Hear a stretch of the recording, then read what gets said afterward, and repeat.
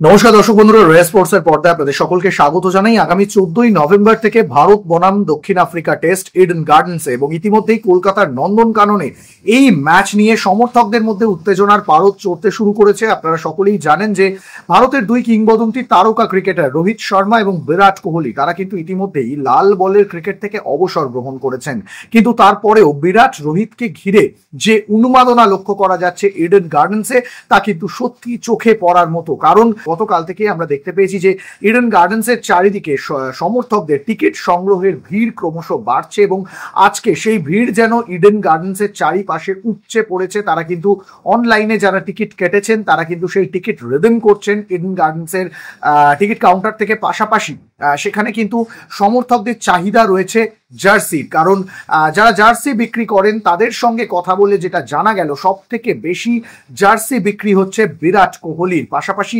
রোহিত শর্মার জার্সির চাহিদাও রয়েছে প্রচুর এবং যে সমস্ত সমর্থকরা জার্সি কিনছেন তাদের কাছেও কিন্তু সেই জার্সি দেখা যাচ্ছে। বিরাট কোহলি এবং রোহিত শর্মার নামাঙ্কিত জার্সি তারা কিন্তু এই টেস্ট ম্যাচে মাঠে নামবেন না, কারণ ইতিমধ্যেই তারা লাল বলের ক্রিকেট থেকে অবসর গ্রহণ করেছেন। কিন্তু তবুও বিরাট রোহিতকে নিয়ে যে উন্মাদনা তা সত্যি প্রশংসনীয়, সত্যি চোখে পড়ার মতো। চলুন সেই মুহূর্ত দেখে নেওয়া যাক রে স্পোর্টস এর পর্দায়।